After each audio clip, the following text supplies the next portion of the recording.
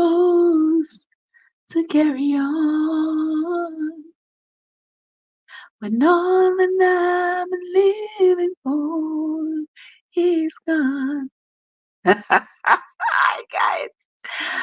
Welcome into the live. Oh no, Wednesday. Yeah, welcome into the Wednesday night live, guys. I'm not going to be putting the camera on me. I'm just starting out as such because I know you are like when I see you and you are like to see me. So now that we have seen each other, let us go flip the camera. We're going to talk about why family members like to fight over Deadlef. You always hear family members fighting and killing each other over something that somebody else left after their death. They're fighting for stuff they never worked for. They're fighting for something that essentially doesn't belong to them. And the next thing you know, somebody going to the graveyard, somebody going to the jailhouse over something that don't belong to them. But anyway, AG is in the place. AG, what's up? How you doing? Winsome, Winsome, what's up? Winsome. Well, now I got work. We are left out the wash over gold people. Them. Winsome, Winsome, what's up? Oh, no, look on the bed. What am I going on the bed when night come? Oh, I don't know. I try to say me love mix up. Me say, yeah, me love mix up. Me love Burbridge. Me love Burbridge. Burbridge and mix up.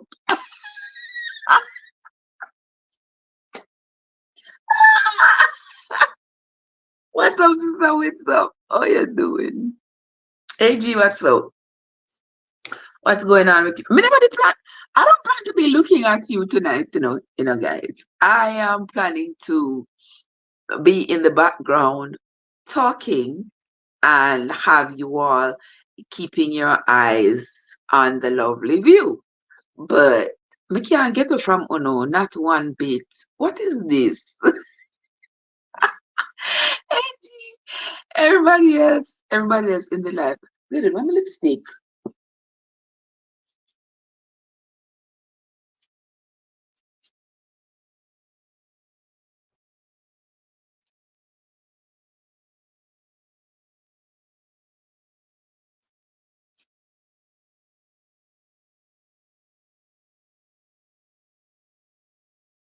All right. Yeah, Sister Lurleen, what's up? Oh, maybe. Hey, Sister Winsome, what's up? Then I know say you don't know say mix up makes me love. So if me not love it, who I gonna love it? Somebody have to love it, Sister Winsome. Somebody got to love it. And if that somebody is me, oh well. You hear me, Sister Winsome? Because they don't want to steer, so them want Winsome. That is the thing. They do not want to share. That is one thing. Them not want to share. Everybody just every time I look at lipstick here, man. Me don't know about what me love about my lipstick. Let me chill out and relax right so. Look for one pencil. One pencil. Yeah, pencil right so. But me don't see it. But anywho, we have a read without it. We can't you know, so I don't know which part today. I don't know where she is, honestly speaking. I do not know where she is at all. But welcome into the live, everybody. Yeah, so we are chat tonight. Now, honestly, we have been reading this book. We have been reading this book, Taking Out the Flood by Agatha Christie. And the predominant theme in the book is the same thing what we're talking about, how people like to fight over Deadlef. They might fight for something where I know them bite,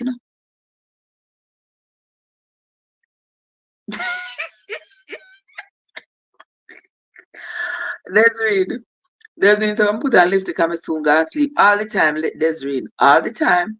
And then I brush my teeth and take it off and go sleep and then put it on back in the morning. Yeah, Hey,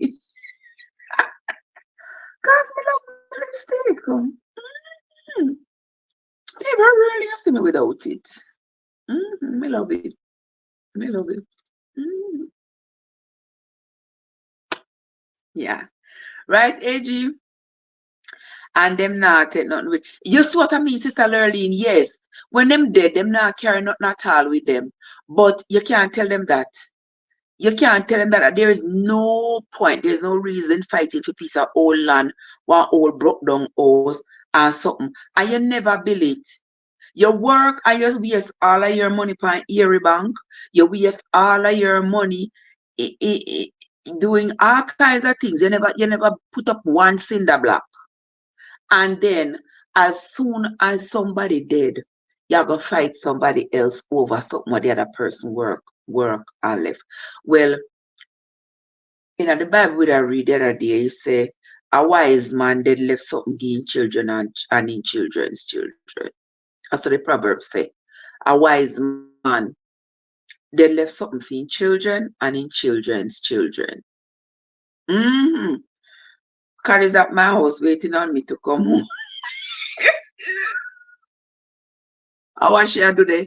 She a feed the dog them and the puss and a pick pepper. And what else they over your yard for do? He might keep out the deer there. When you not gonna ramp with my sister card like that, you know. Me not gonna stand for it.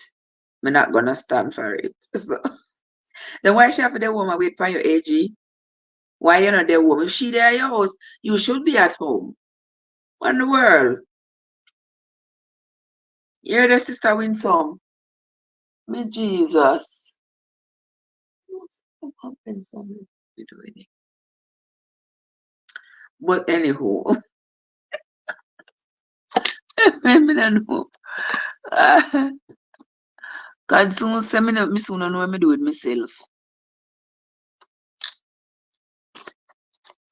For me ever. Don't know what me do with this, don't know what me do with that. And sometimes I don't really know me don't know what me do with it, you know. But my mind just always I say the word. When me do with this, when me do with this. So it will be like right in my eyes, but because that phrase is stuck on my tongue, yeah, when me do with it, when me do with it, yeah, so me just always say it. And so the thing go. Let me see. But Sister Winsome say, yes, Sister Winsome, me just come home.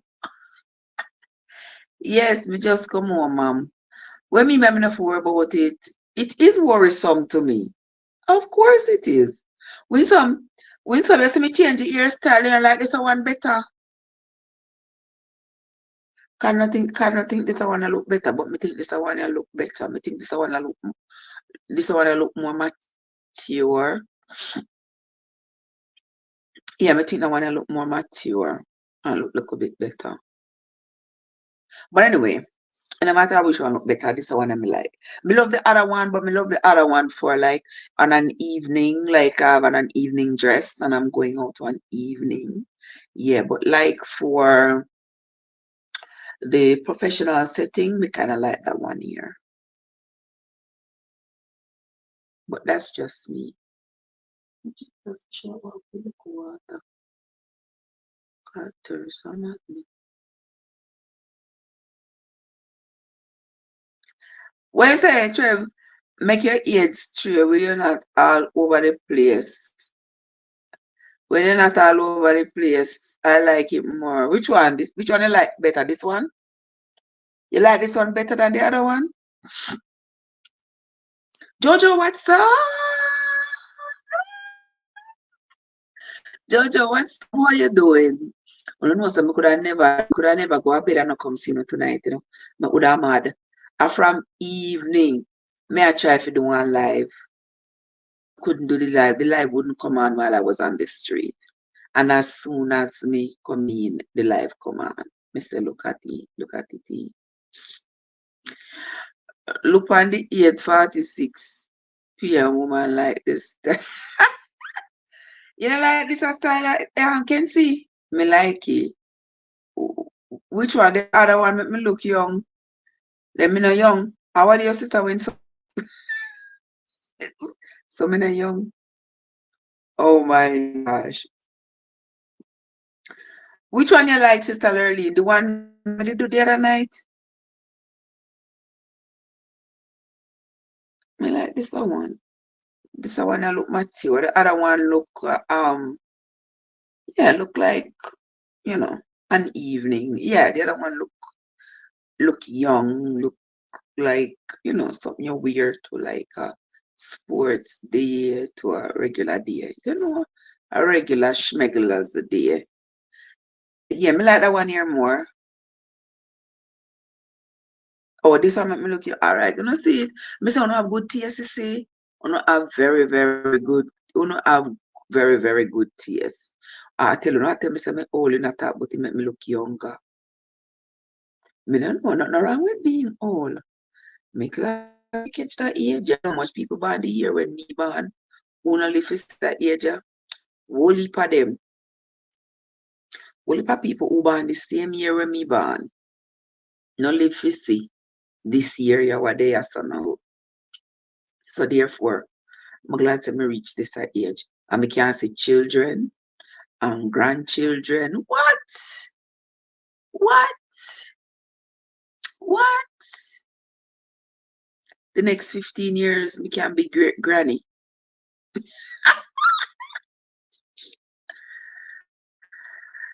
Yeah, Josie said, me don't like nothing, I do is complain. Me love complain. Are you, me love complain too? Me love complain to you, Joseph, because me love your response. That's why I'm I will me no want to complain to you. Because me love your response. Trev, are the beauty them a pre. Are that them a pre, But me not even the pre them. Can't see. Can't see what time is it where they now?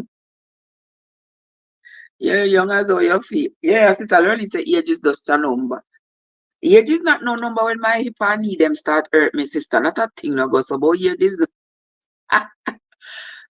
age is not just no number. Mm-mm.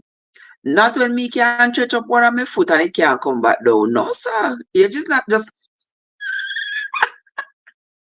what age, but why year you back. A man never ask a woman what year she was born. I will want to know, start maths up my age. Wrap it up. Wrap it up.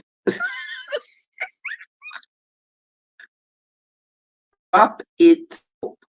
Okay? Thank you very much. All right. This is when she, our this is she,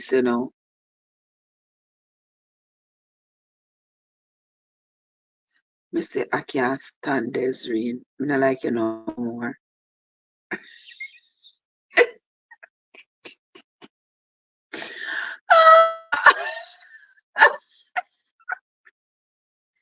I still love this.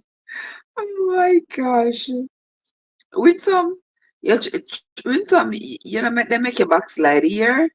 Don't backslide, sister Winsome. You make sure so you stay on the straight and narrow. Because if you follow them people, if you follow Desiree, you backslide.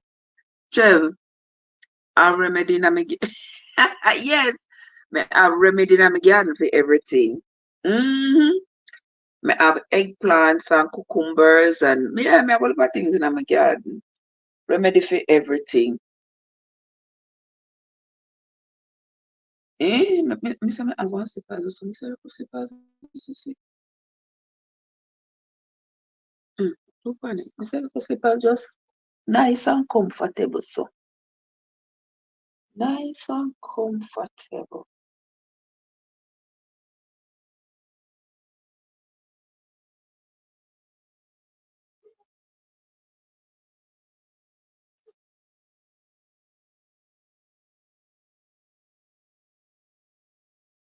Watch out when this bus off of my foot. Where? Watch it. Me look down and she said the bracelet bust. Then you buy them cheap sit there, see brother. Anytime you buy them cheap sit, you can't expect them to bust up and broke up and mash up in a no time. You know, better you spend the money. You better you spend the money, and buy the sitting where worth it. They buy cheap sitting. You run the risk. But not all on there, people.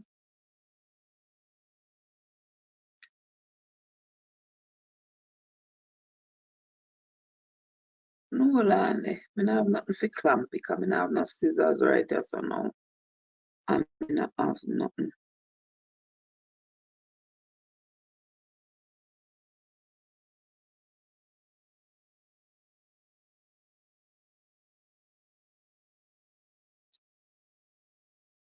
Let me see what else today.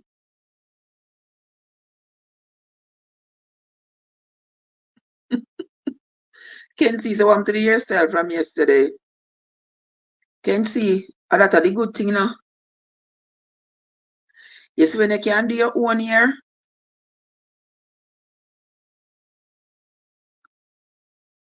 You see the good thing you can see when you can do your own hair and change the style in an instant. Yeah, you can change its style.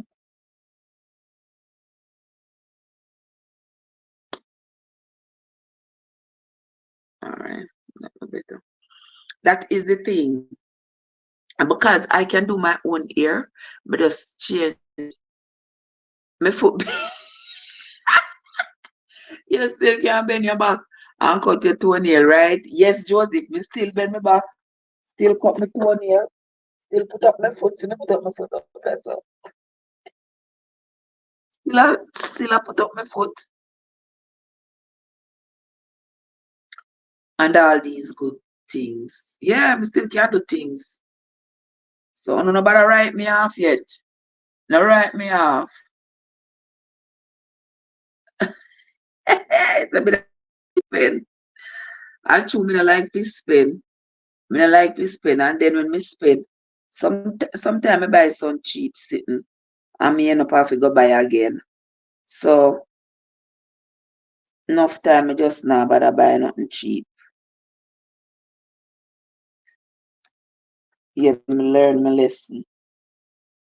So church, don't buy nothing cheap because when you buy cheap sitting them, you end up have to buy again. Yeah. See that fix this. See that so. Fix me that fix it on my foot. I can't show on if I put the foot now go up. Did I fix it on my foot like that? See that? I only show on my foot. But no sister, me not alright. I show on my foot. Eh? Oh no know me. Oh no know. Well you say you is the one writing off yourself. I'm not write off myself, I'm not writing off myself. I just write myself right in this song. Eh? May I write myself right in. If the live did come in earlier, me da show no sitting. But the live didn't come in, the live wouldn't come on. Me don't know how to do it. Me hope say tomorrow it act like a bit better. Me hope say tomorrow it act like a bit better. But me I go show no something. Me I go show no something. Hold on, there's some shows. No, so that not go right. No, so that not right. Alright, uno stay as of now. Uno stay right as I have now. Uno stay right as I have now. Me I no go and chat. Uno know say me I read me the book I read though, and we don't want to stop read the book, right? We okay.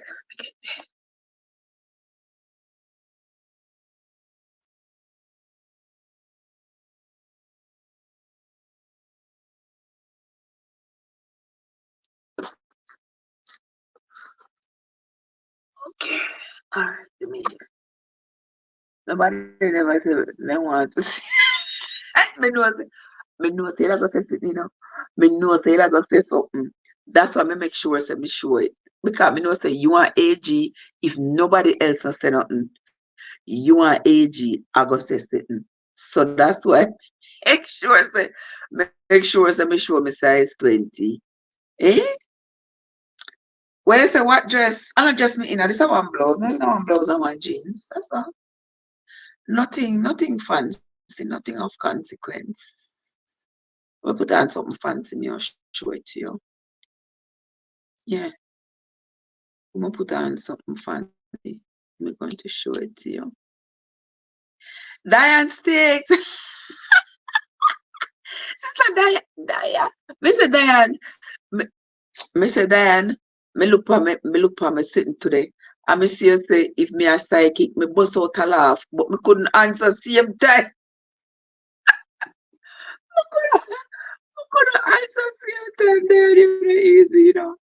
Diane say me a psychic. Let me tell you something, you know, Sister Diane. When I shut my eyes and say me go sleep, Lord have mercy. Lord have mercy. Some things I see in my sleep. Me have to wonder if no wonder when me sleep and wake up sometimes me so tired. Because it coming like in my sleep. Me a walk, me a run, me a fly, me a swim, me a do all kinds of things where me can't do when me awake. So it look like I make when me have to sleep and wake up, me feel so tired. Then me tell you, say me dream till my body tired. And I just don't know what to do with it. I just like, what the hell? I don't wanna start to say like interpreting dream. I hear people dream and then mislead people, and I don't wanna do that. I don't wanna do that. So me don't know. Me don't know. But me tell us say, y'all can dream. Jesus have mercy. Can see the hairstyle yesterday. Me take you out. Me did. I liked it, but I did not feel comfortable with it. For the occasion, if you know what I mean. Yeah. So me pull it down. And me say, me can't wear it in a one evening. Me can wear like one evening, but definitely couldn't be worn. Me never did want to wear it today. At all. At all. Yeah. Them Hey, she said me put them big them in a business where I want them. Yes, that Mr. Diana, one nice little cheap sandal. It's cheap but it's nice. Just push my foot in it and it look decorated for my foot. And it look alright. I like it. I like it. It's nice. And it fit my size 20. It fit my size 20 just fine. The other one too big, Joseph. The other one too big. This one make my head look too big. You know what?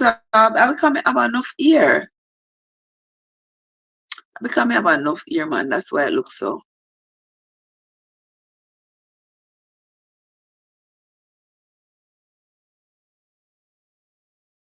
Okay.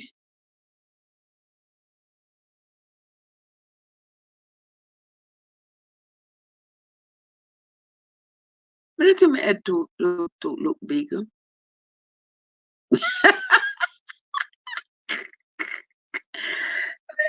them little slippers nice too, Desiree. Nice little slippers. Nice little slippers. And upon line, me buy, a Timo, me buy it from. So one of the things me get from Timo when me like. Little slippers. Me get a couple other things from them when me like, but me get some sitting. Me say me da go show no the blouse. Me go show it to you next week. The jackets. Me buy one jacket if it fit this. Me buy this is one I blouse and my daughter did buy give me with here when she did carry me go shopping. Got a nice little blouse. Yeah, me buy one color jacket almost like this to match it from Timo. No, sir. Not a Jesus Christ all. Not at all. Uh-uh. Make me say all that time me put me spend and put in the ear do can see and then me turn on and take it back out. Yeah. If me did have to go a year just have to go figure take it back out, it wouldn't take out all now.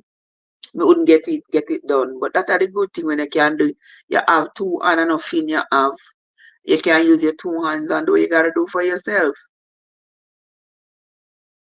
And because me can't do it for myself, me just Jimmy rig up that one year and me love this one, so me sweep it back here. So me I go fix it up back and me need it to look fresh tomorrow. Me I go lay down my edges and and scarf it down. Yeah, tomorrow morning me get up, me spray it up. So yeah, and me say the hair a grow like water, watcha. Me say the hair and the ear thick. Me say the ear thick, watch the watcha. Girl ear catch down on shoulder. What are your thoughts about Timu as an agent for identity theft, according to one reporter from one of the media sources? As an agent for identity theft, with Timu, what do you mean? What are your thoughts about Timu as an agent for identity theft? Okay. Oh, as in because so many people using it and using their credit cards and stuff. Um, any business where you do online and you have to put in your personal information, there is a risk. There is the risk of identity theft. Anything you do. Before Timu came in, there was the risk for identity theft. Some people were experiencing it. You want to sleep and you were fighting the sleep. You choose it. I choose. Sometimes I want to sleep and I fight the sleep for you. Sometimes I want to sleep and I fight the sleep. I'm thirsty. I want to go water. I forgot to say so.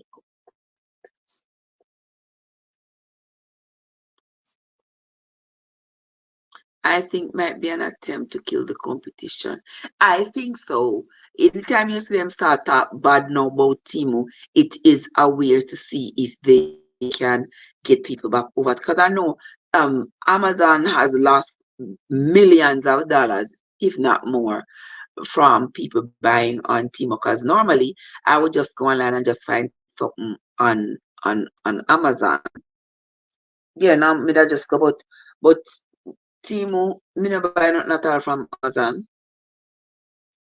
Yeah, I go on Timu. I want some chip for my phone. I go on Timu. I go on Timu and I buy the little slippers there. Yeah, so it's either I go Timu or I go Walmart. Yeah, but I haven't bought anything from Amazon in a hot minute. Yeah. Yeah, she claims that is what the company is doing. Child, please. It's the same. So when they want to kill the social media competition, then say TikTok at Americans personal information. They think them easy.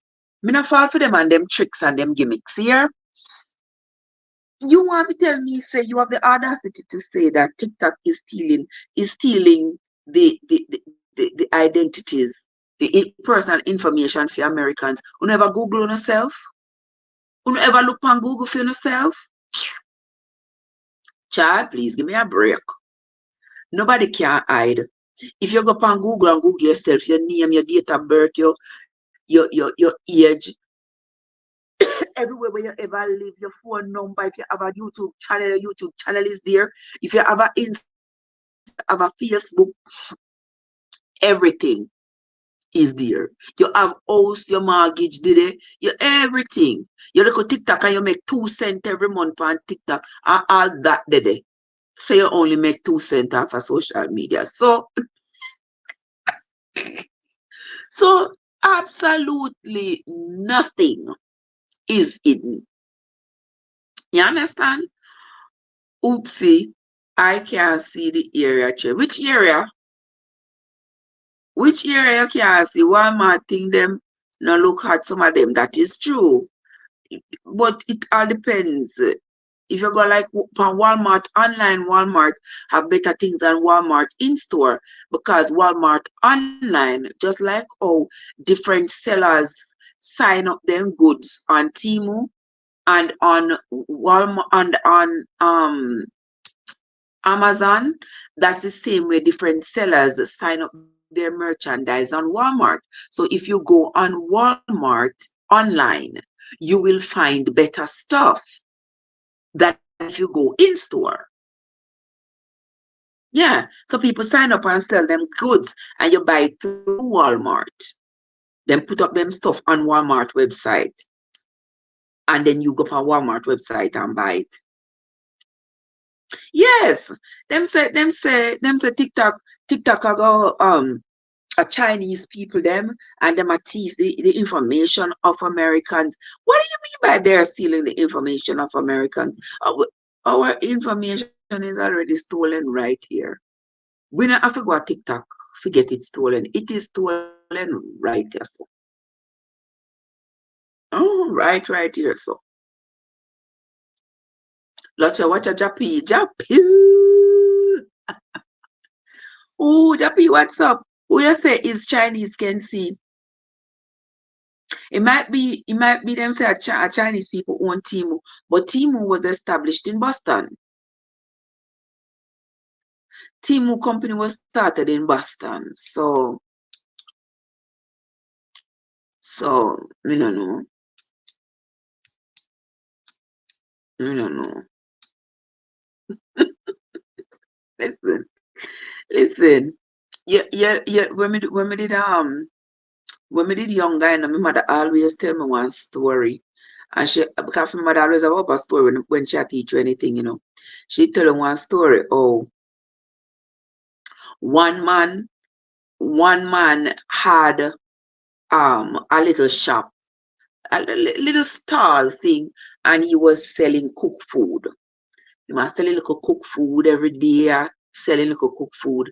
And then there was another man further down the road who had another little cook stand where him was selling food as well. And one man start tell all of the customer them, everybody will come and feed him stall, and tell them say, they not fi buy nothing from the other man. Understand? Anybody pass through and be around the place near Jerky. My mother always tell me the story. Say one man used to sell and Jerky used to sell in cook food. And the man start people say they not fi buy Jerky food because Jerky have some sore foot underneath in choices. And every night Jerky attend to night and day, him attend to the sore foot them, and then him a touch the food I cook for the people them. And the people them stop from buy food from Jerky. For nobody no want to buy food for you, say you have big old gingy sore foot and you attend to the sore foot and attend to them food. That was the man's strategy to get the crowd, because the crowd was always going to go buy Jerky food. How would that the money move? Money move, what's up? Where you been? Where you been? What's up? Who thief more America? Me say Joseph, and if I tell you, say that mama, you are lovely. You hear me tell you?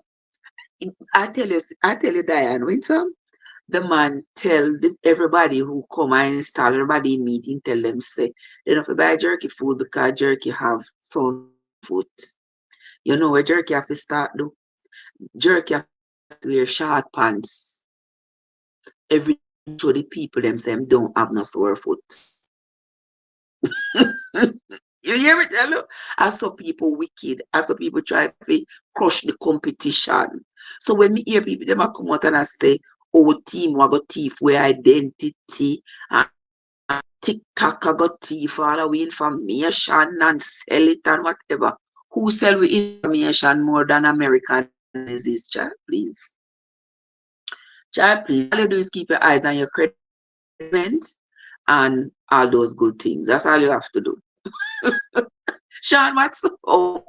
I'm mean, tell you, say, me grew up country jerky, go from one little shop, little big little shop till a big shop till upstairs and downstairs. You have till you have one big old plaza where you get food, you get everything. You have the dead cell. You understand me? And in there, he left a good piece of a wealth for him pitney them. And without them under there, I don't know when they. You understand? All wickedness. Every wickedness will no come, uno shall get no pay. I don't know where that man disappeared to. We try to sabotage Jerky, but Jerky left a nice piece of wealth down there. Thing can inherit. Okay? Yes, when some mankind wicked. Me don't know why it near mankind. I don't near man mean. Because the way them wicked, them me don't know why them near mankind. Yeah, that's truth. It is the truth. That's how people wicked. When me hear them out there talk bad about team one, I ain't paying them no mind. Me not pay them no mind. Mm-mm. Not one bit.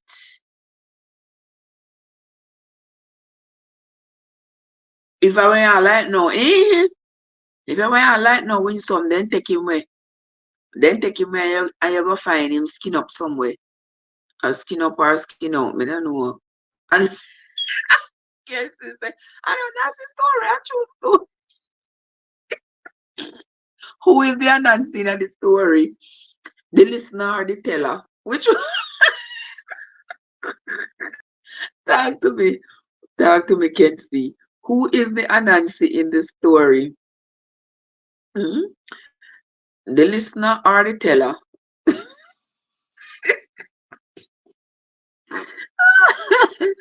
Oh my gosh, I cannot with you. You know, so I come here so with the intention was to read the book. You see, the topic where I put, and I say leave it to Uno. Leave it to Uno. Uno, me say, Uno can't put an elastic and stretch any story. I cannot with y'all. I cannot.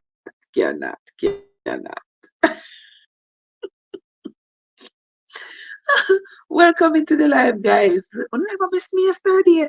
Don't forget to hit the like button and share out the stream and invite your friends to come over. Also, when times I look like Kenzie Young, which part I'm young? Which part I'm young? No, what part I'm not young. I don't know why Kenzie has start me and I start my surroundings. Why do you cannot find? What me can't find? Me can't find the book. Me I go find the book then on one day or the other. One day or the other, me I go find the book. And my mind tell me say me left the book in Miami. God no. My mind tell me say me left the book in Miami. Because I remember carrying the book in Miami with the intention of starting to read the book down there. And me never start read the book. So my mind, I know me can't find the book. Me know my mind tell me say the book that Miami. So it's just not that I say because of evildoers. Now be thou envious for the workers of iniquity because they are soon cut down. Anyway, the book there, I make it on right there. Until some other time when me see. And this morning me beat on a tweet, Me beat on a tweet this morning because me read the Bible this morning about what 2 o'clock, 2:30 or so. About that time them read the Bible this morning. The whole on the day on the bed. The only persons who would it in a live this morning are Elise and somebody else. I don't remember. But Arlene and somebody else did in the live this morning. And I didn't get to read the book. Because I never did have time. Him think the story not real people. Make him stay there. Make him stay there be naive. I don't know how people wicked. Oh, this book. Yeah. And this book. Me I gonna read, And we all started talking. Me not forget, me just delayed. But I this a book. Then I gonna start reading this a book 40 minutes into the live. That not so normal. That not so normal that me gonna start reading the book for 40 minutes into the live. What do you all think, gentle people? Do you all think I should go on and read it? Yeah, maybe. I'm thinking that I should. Anybody who is not here, they are just not here. When them come, them come. Wanna say? So I agree. Me know say no agree, no. Yeah, me know say no agree. But me need some more light. The light here not enough. Yes, and I'm going to continue reading this book because this book is in perfect alignment with with Trev. It look like you need sleeping pill. Why you up so late? Me not going anywhere. Me I stay up and read the book. Mm-hmm. John Crow say in a walk on Sunday. Nah walk in the you ready for the week? Why you expect to be up so early? Only one alone because you are win some. Me off until Monday. Me off until Monday. All right, so me I will continue reading the book. Remember, we're reading this book. This book taken at the flood, and the girl Rosaleen was married to the rich guy. Um, Chance me if you read to no, me I gonna read a little bit tonight. Rosaleen was married to the rich guy. Garden Cloud died, and now Rosaline coming to a nice little piece of Garden Cloud riches, and his family members are starting to beg her money and stuff. Her brother is starting to defend her, but their hatred for her is shining through because the only use they have for her is to borrow the money from her or beg it. Yes, borrow it or beg it, but they still do not like her. When sometimes I get enough day off, I not get me get it, me say yeah take it.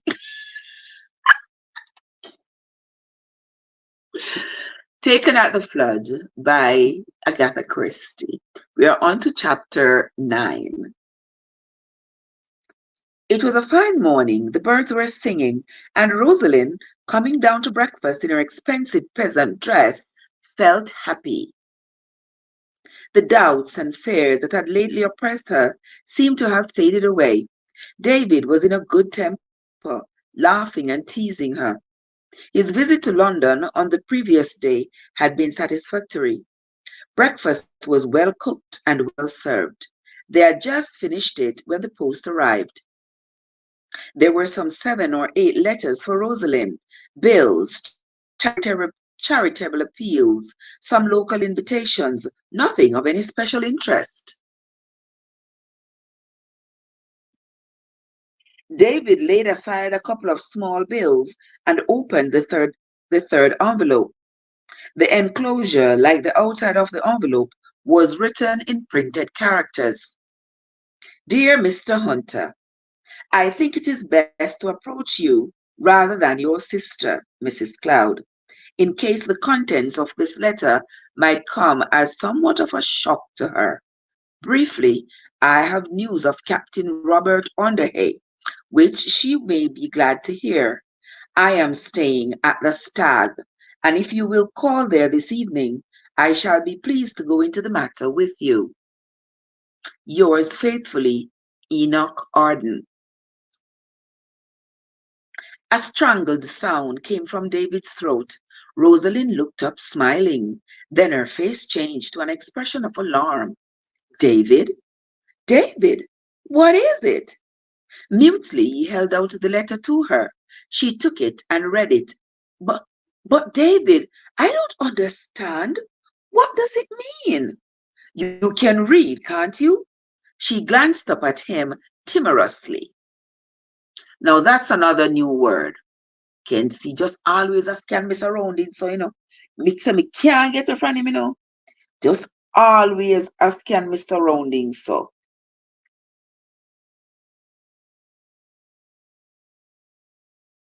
Let me see this word timorously.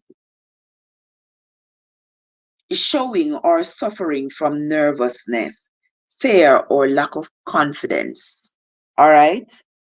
So now that we know the meaning of that word, she glanced up at him nervously. That is timorously.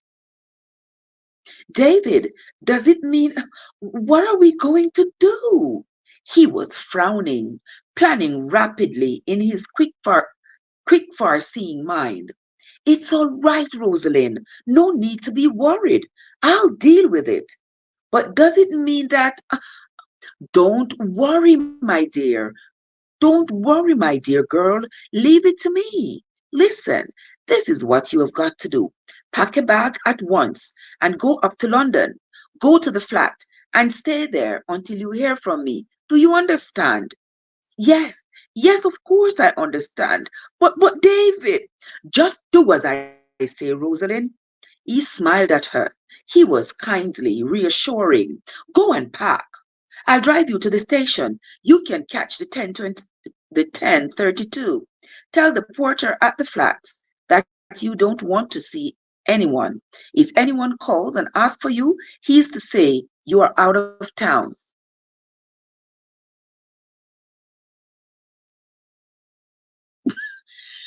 Wait a second. Me think you say, the Deadlef book you are going to read. This is the Deadlef book. This is the Deadlef book. Give him a quid, understand? He's not to let anyone up to see you except me. Oh dear, her hands went up to her cheeks. She looked at him with scared, loving eyes. It's all right, Rosalind, but it's tricky.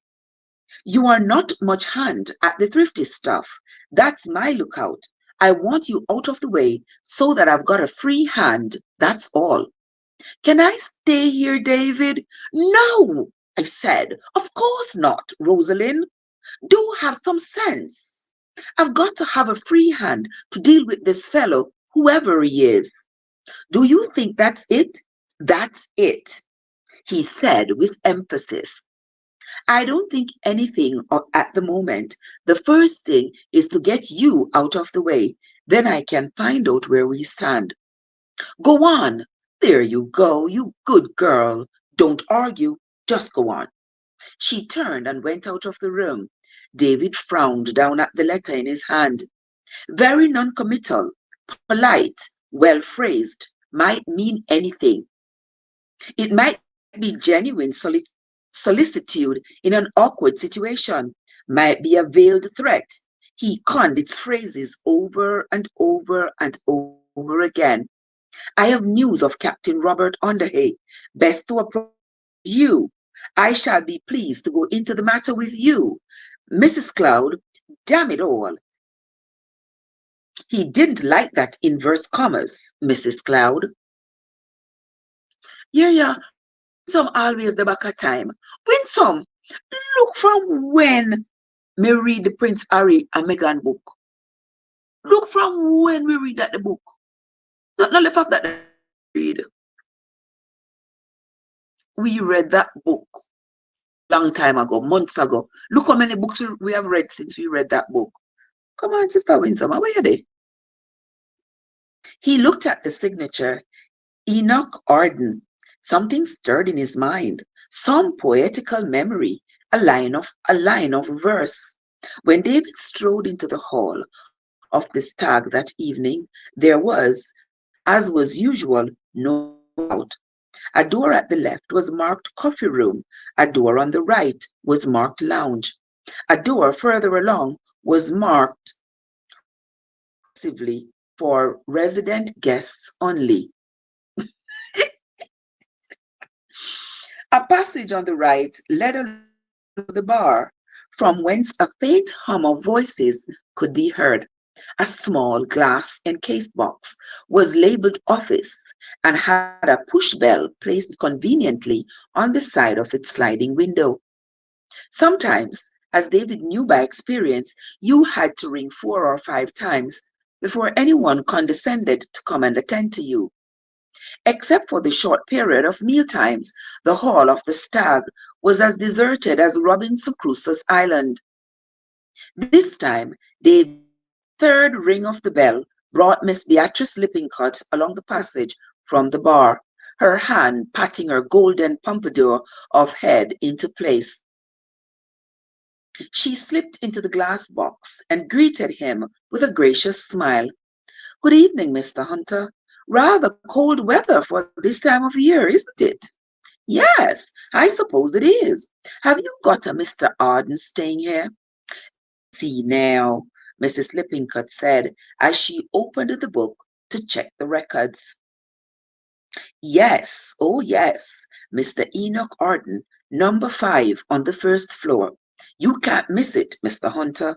Go up the stairs and don't go along the gallery, but round to the left and down 3 steps. Following these complicated directions, David tapped on the door of number 5, and a voice said, Come in. He went in, closing the door behind him. Min sa mi no say rampi. A girl, yeah, a girl. Coming out of the office, Beatrice Lippincott called, Lily? An adenoidal girl with a giggle and pale, boiled, gooseberry eyes responded to the summons. Can you manage for a bit, Lily?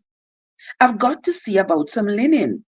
Lily said, Oh, yes, Mrs. Lippincott, gave a giggle and added, sighing gustily, I do think Mr. Hunter is ever so good looking, don't you?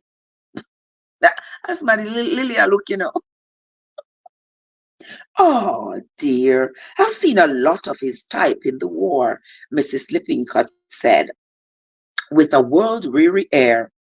Young pilots and such like from the fighting station never could be sure about their checks. Often had such a way with them that you'd cash the things against your better judgment. But of course, I'm funny that way, Lily.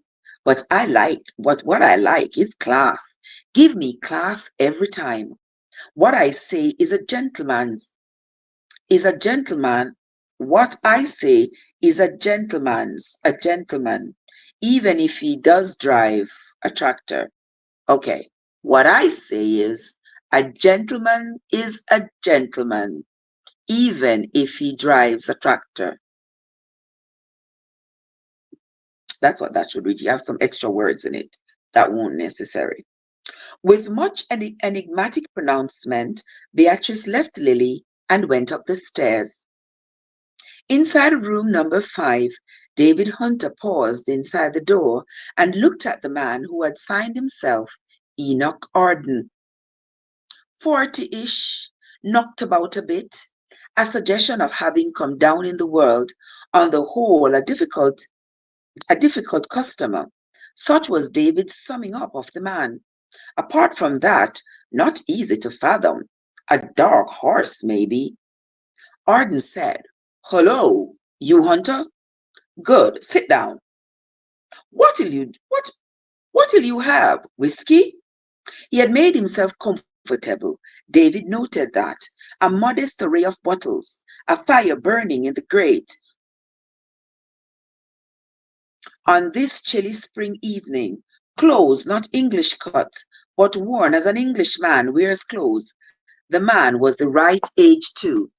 Hold on, the guys. Hold on. Me have to answer the call.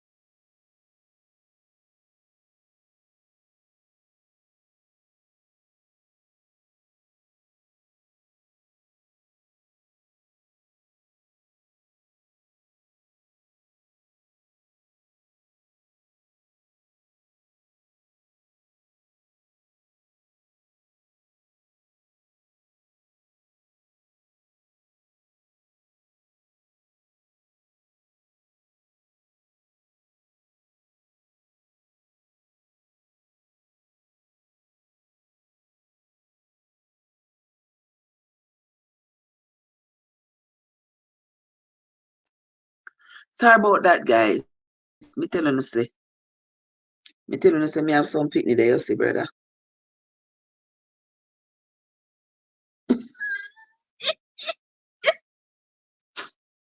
Mighty God. Cho, yes, there's me. Me did cut off the sound because my daughter ever have an emergency. Always.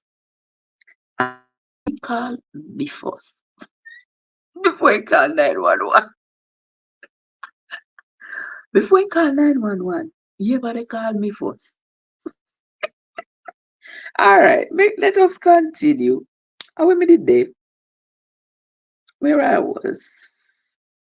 Cho, I'm going to start here. So, young pilots and such like from the fighter station never could be sure about their checks. Often had such a way with them that you'd cash the things against your better judgment. But of course, I'm funny that way, Lily. What I like is class. Give me class every time. What I say is a gentleman, even if he does drive a tractor. With which enigmatic pronouncement, Beatrice left Lily and went up the stairs. Inside room 5, David Hunter paused inside the door and looked at the man who had signed himself Enoch Arden. For knocked about a bit, a suggestion of having come down in the on a whole a difficult customer. Such was David's summing up of the man. Apart from that, not easy to fathom. A dark horse, maybe. Arden said, "Hello, you Hunter? Good. Sit down. What'll you have? Whiskey?" He had made himself comfortable. David nodded that. David noted that.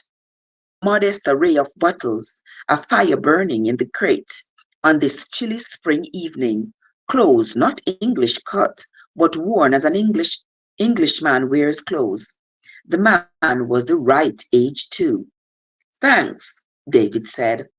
"I'll have a spot of whiskey." "Say when." "When? Not too much soda." A little like dogs maneuvering for circling round and round each other, backs stiff, hackles up, ready to be friendly or ready to snarl and snap. "Cheerio," said Arden. "Cheerio." That's so like two little pitney. They set their glasses down, relaxed a little bit. Round 1 was over. The man who called himself Enoch Arden said, "You were surprised to get my letter?" "Frankly," said David, "I don't understand it at all." No, no, no, no, no. Well, perhaps not," David said. "I understand you knew my sister's first husband, Robert Underhay." "Yes, I knew Robert very, very well." Arden was smiling, blowing clouds of smoke idly up in the air. "As well, perhaps, as anyone could know him. You never met him, did you, Hunter?" "No." "Or, oh, perhaps that's as well." "What do you mean by that?" David asked sharply. Arden said easily, "My dear fellow, it makes everything simpler, that's all. I apologize for asking you to come here, but I did think it was best to keep," he paused, "Rosaleen out of it all. No need to give her unnecessary pain. Do you mind coming to the point?" "Of course, of course. Well, now, did you ever suspect did you ever suspect, how shall we say this, that there was anything, well, fishy about Underhay's death?" What on earth do you mean?" "Well, Underhay had rather peculiar ideas, you know. It may have been chivalry. It may just possibly have been for quite a different reason. But let's say that at a particular moment some years ago, there were certain advantages to Underhay in being considered dead.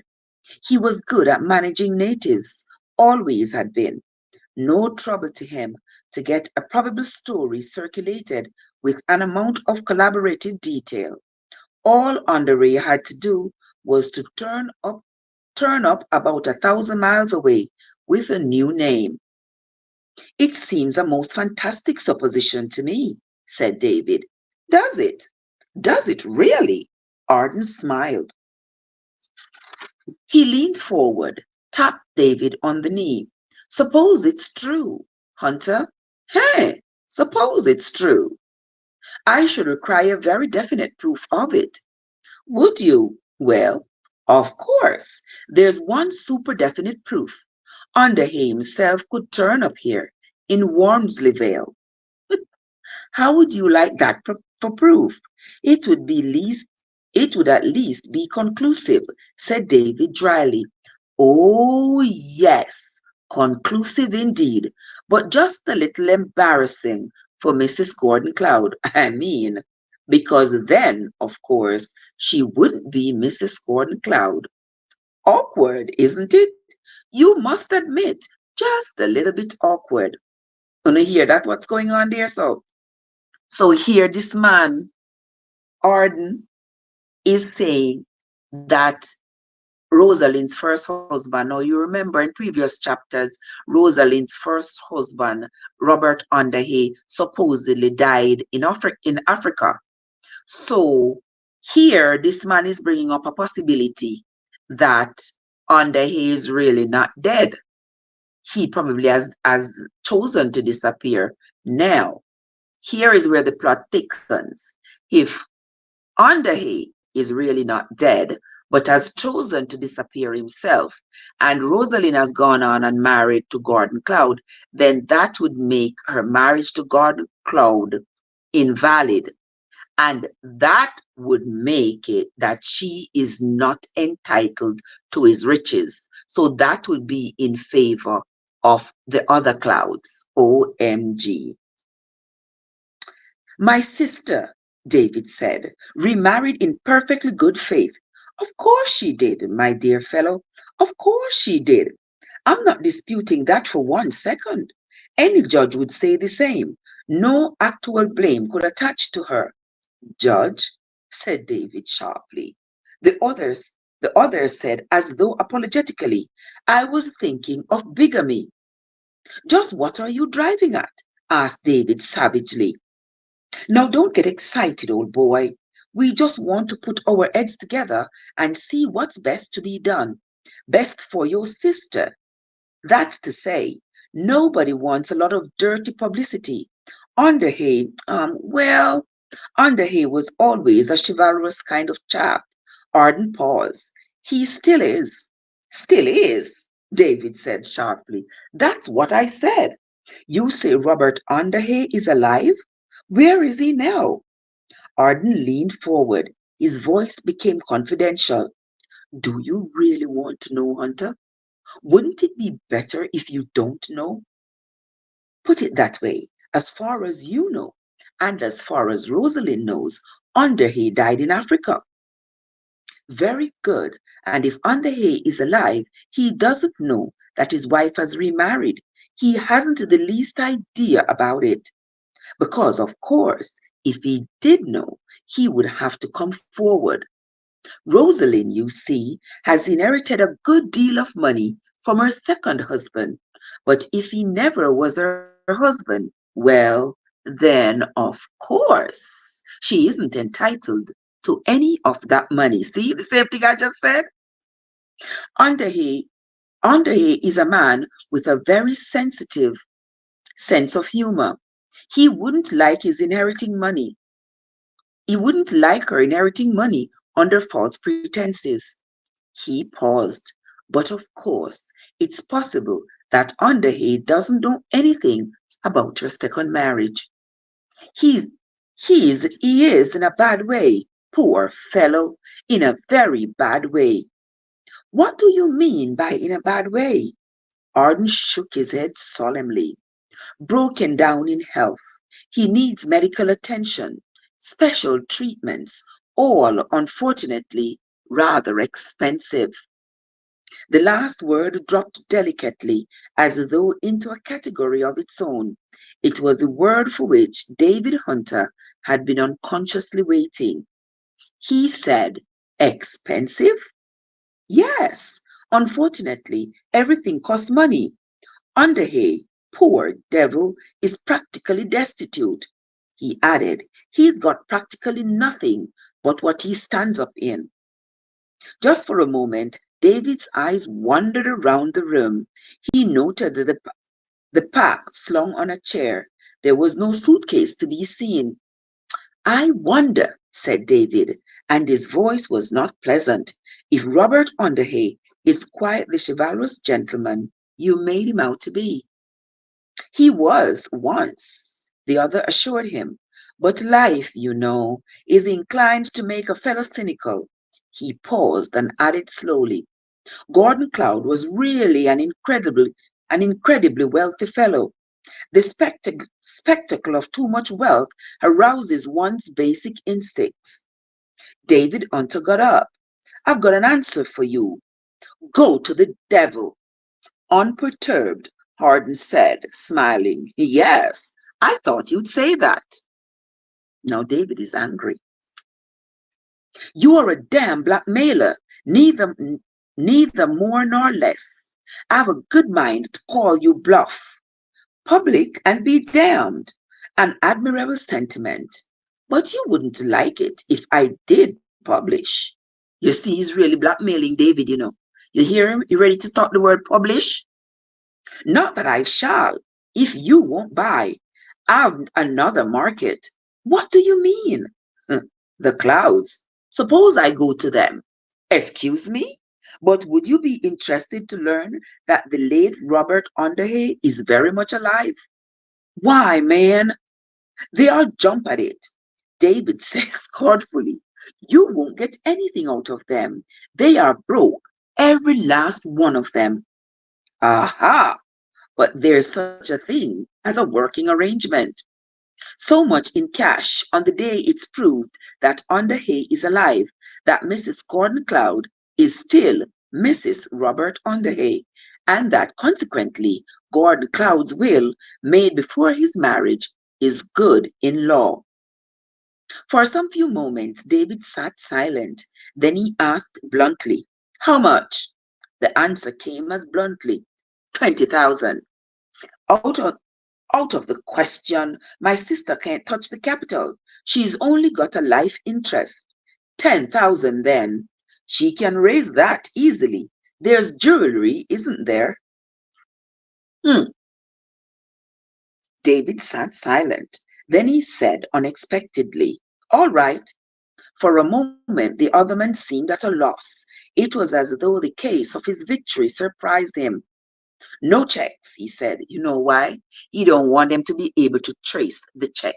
He wants cash. No checks, he said, to be paid in notes only.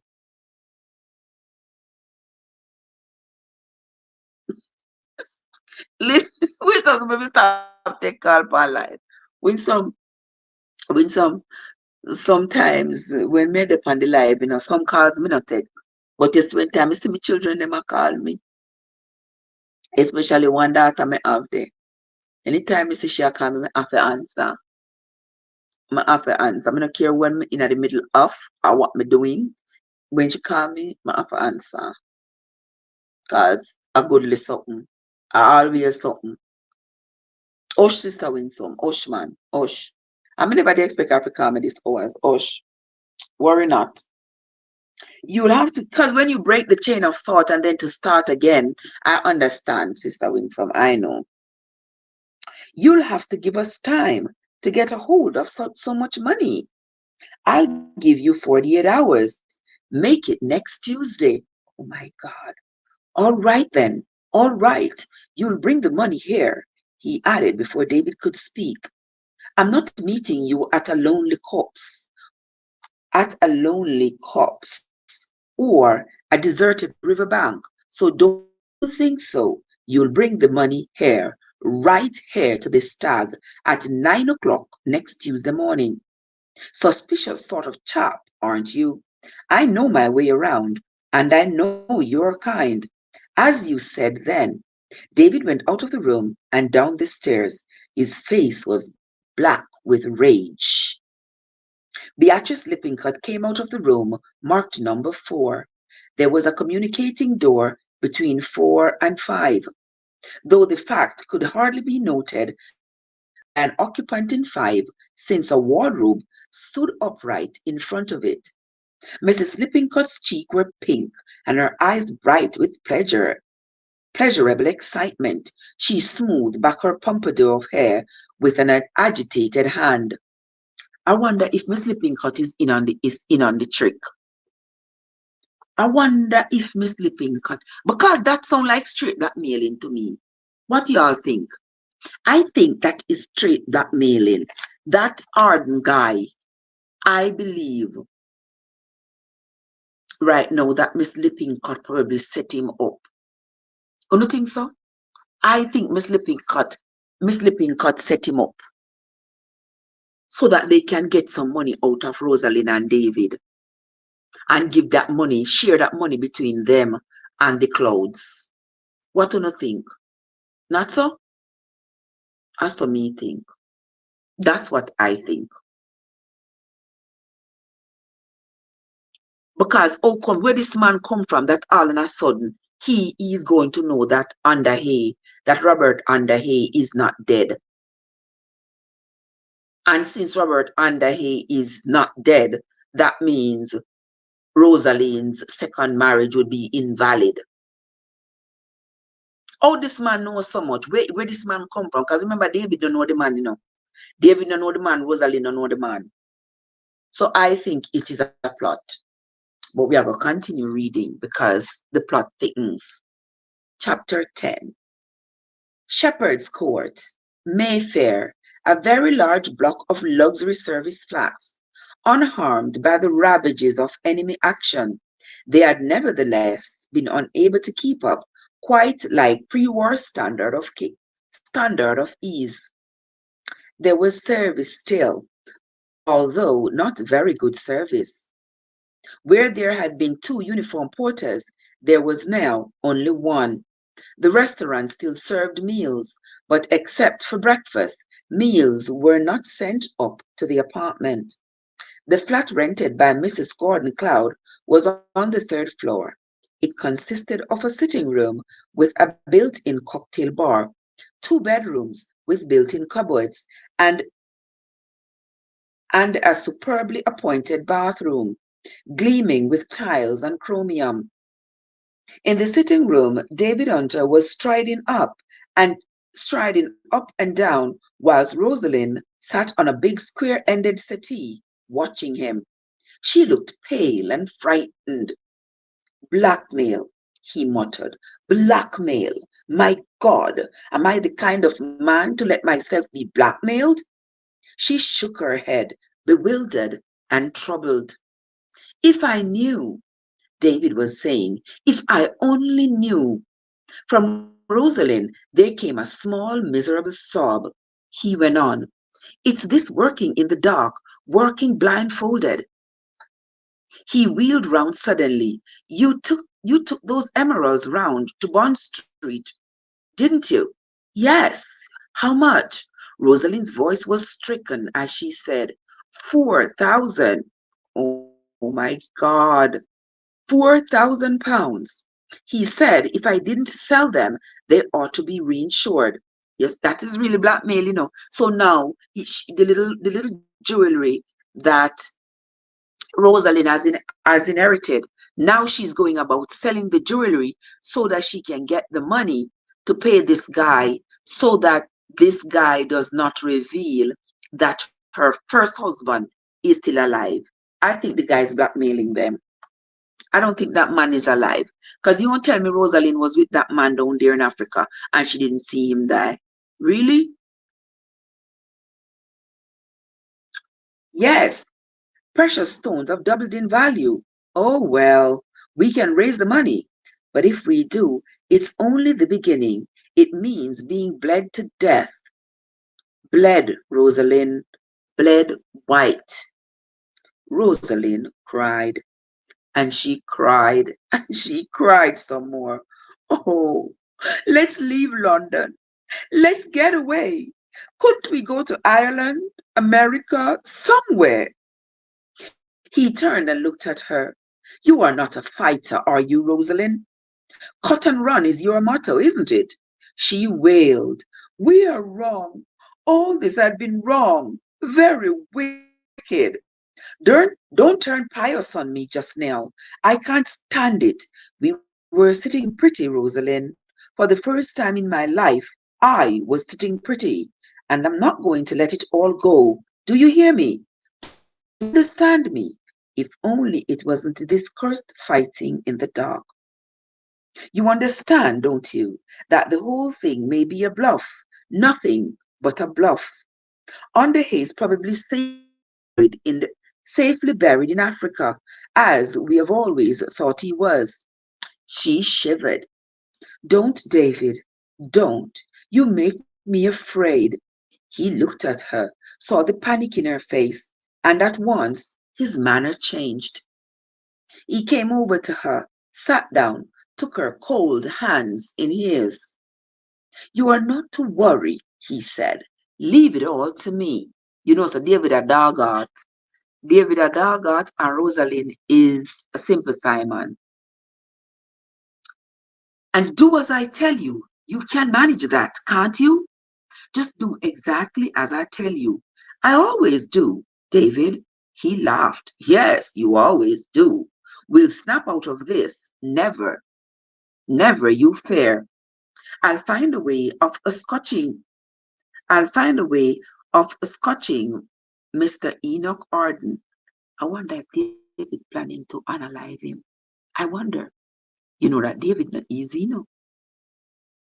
Wasn't there a poem, David? Something about a man coming back? Yes. He cut her short. That's just what worries me. But I'll get to the bottom of things. Never you fear, she said. It's Tuesday night, you. Make time to make some money. He nodded. 5,000. I'll tell him I can't raise the rest all at once, but I must stop him going to the clouds. Hmm. I think that was only a threat, but I can't be sure. He stopped. His eyes became dreamy, far away.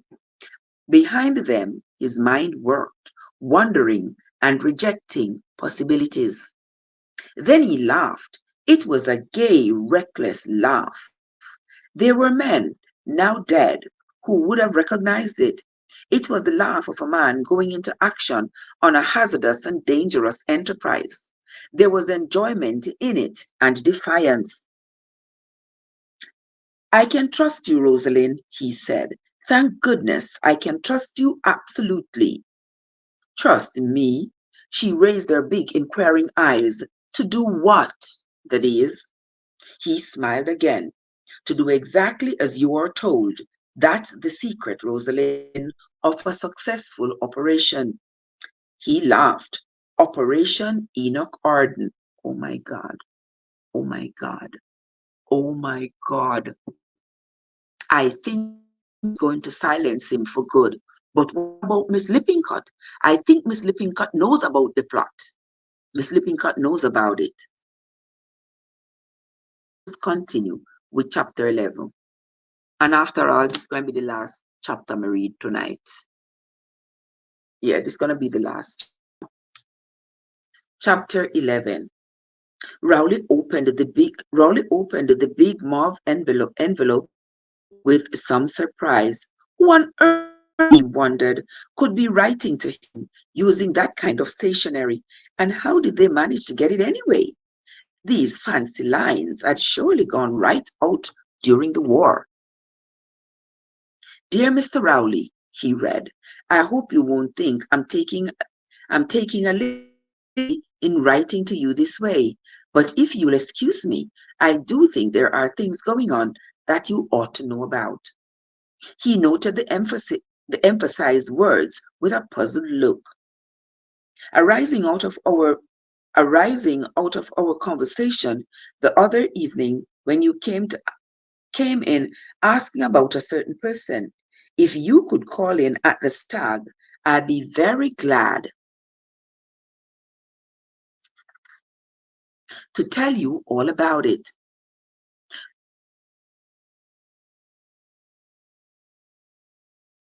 We have all of us felt down here what a wicked shame it was about your uncle dying and his money going the way it did.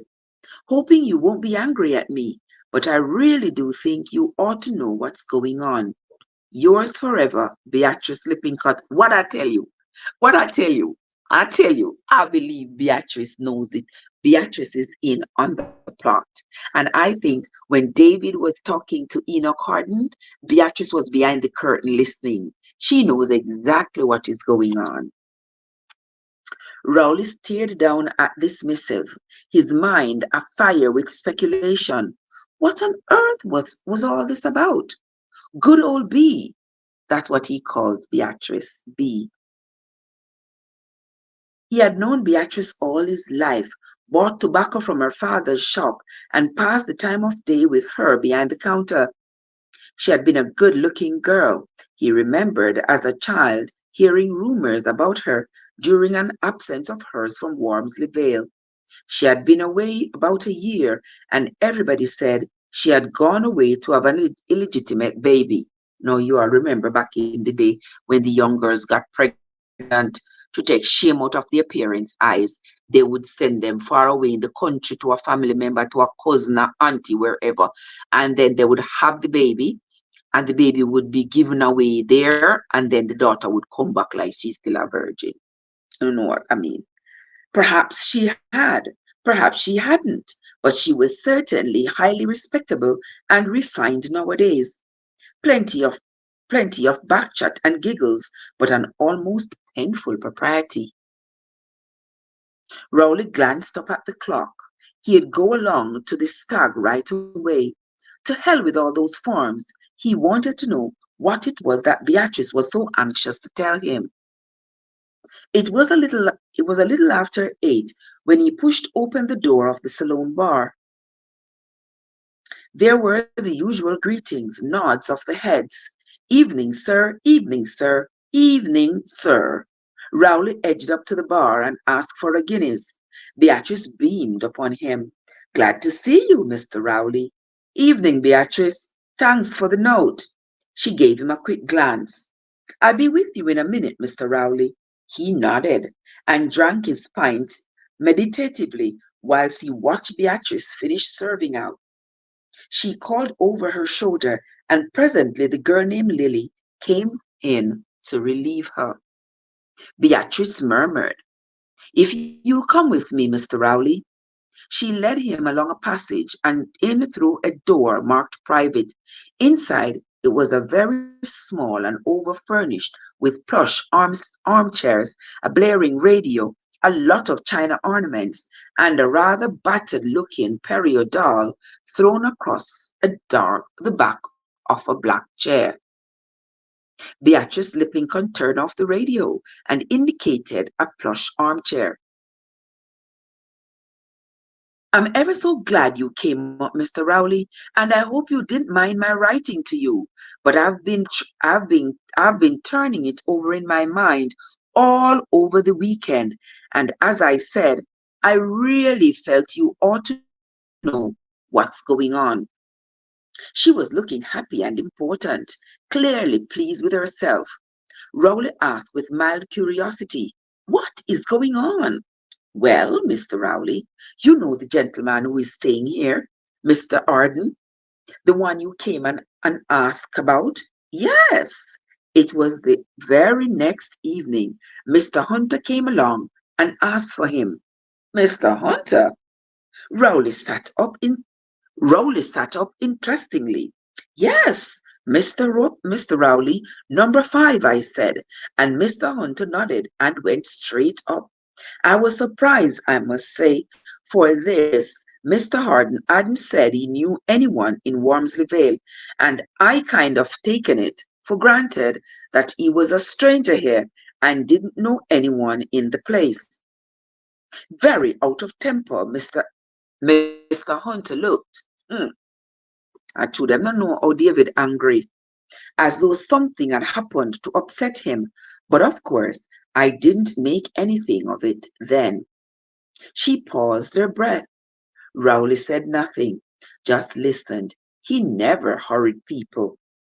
If they liked to take their time, it suited him. And if they wanted to go faster, that suited him as well. Beatrice continued with dignity.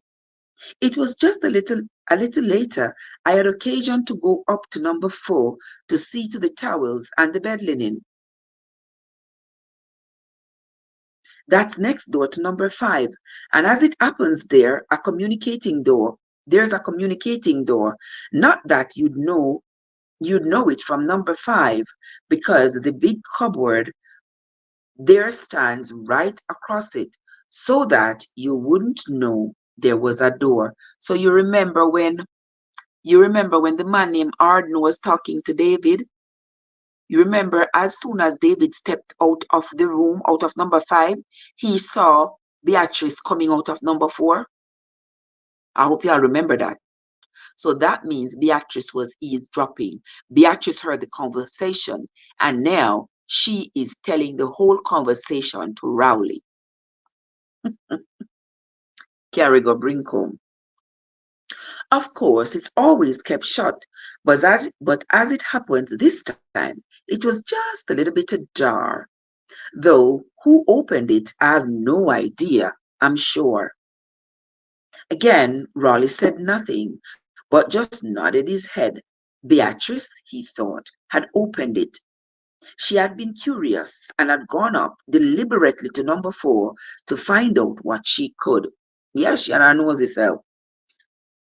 And so you see, Mr. Rowley, I couldn't help hearing what was going on. Really, you could have knocked me over with a feather. A pretty substantial feather, thought Rowley, would be needed.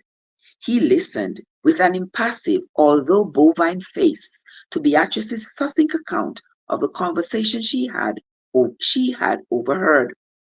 When she had finished, she waited expectantly. It was fully a couple of minutes before Rowley came out of his trance. Then he got up. Thanks, Beatrice, he said. Thanks a lot. And with that, he went straight out of the room. Beatrice felt somewhat deflated. She really did think, she said to herself, that Mr. Rowley might have said something. That, that is the end of the reading for tonight. Sister Winnie, how are you doing?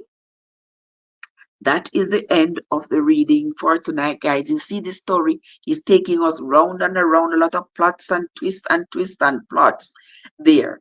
When we come back next time tomorrow to read the rest of the story, we will hear we will hear what Rowley and Miss Lippincott are plotting, what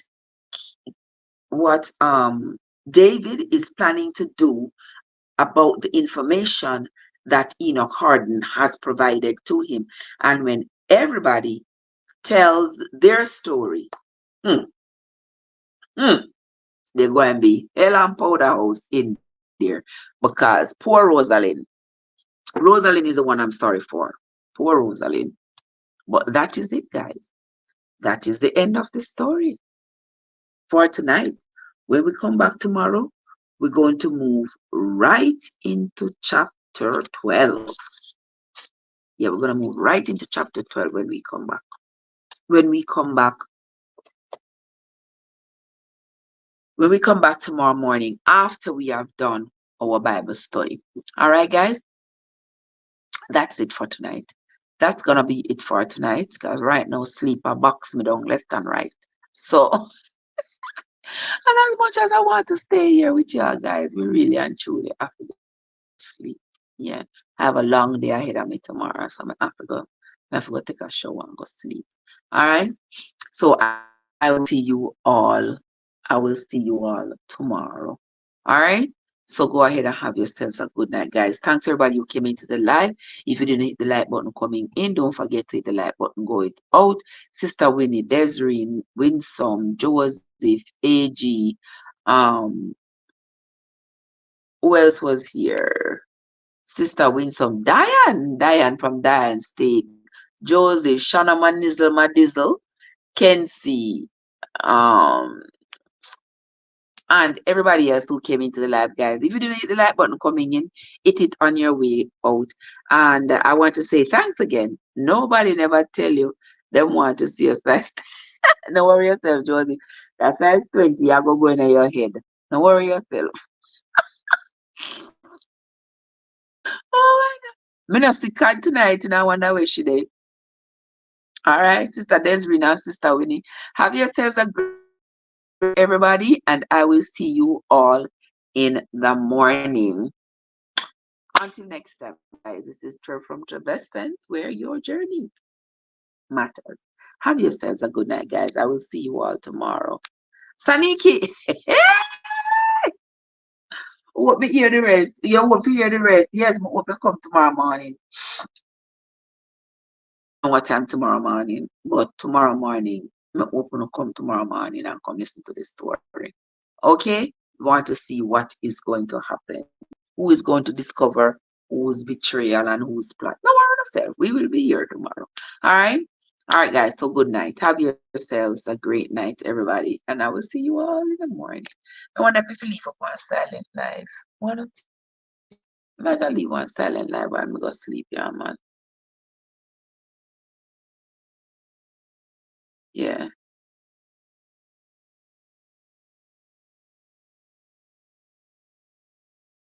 That man for gonna leave one.